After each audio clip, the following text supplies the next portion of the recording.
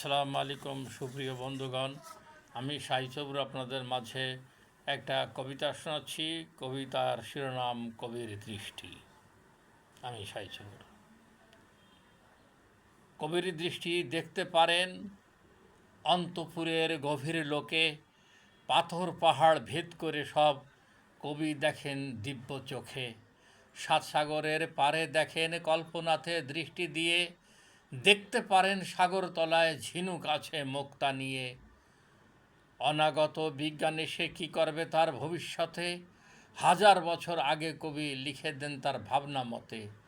পৃথিবীতে বসে কবি মঙ্গল দেখেন নিজের চোখে, দেখতে পারেন ভিন্ন গ্রহে চলছে কোনো ভিন্ন লোকে।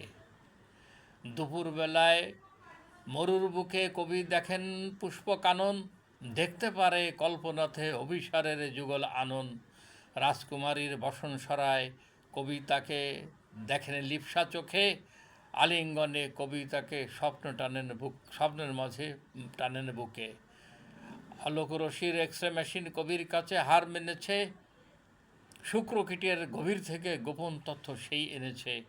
সপ্তপর্দা লোহা দিয়ে যায় না বাধা কবির আখি, দিব্য চোখে কবি দেখে থাকে না তার কিছুই বাকি।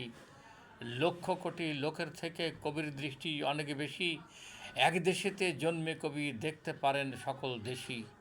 চোখ বুজে তার সবই দেখেন, আলোকে দেখেন অন্ধকারে, বিশ্বভুবনকে যেন সব সামনে এনে দেখায় তারে। মানুষ যখন ঘুমায় পড়ে কবি থাকেন স্বপ্ন লোকে, আলোক রশির রাজমহলে দেখেন সবই নিজের চোখে।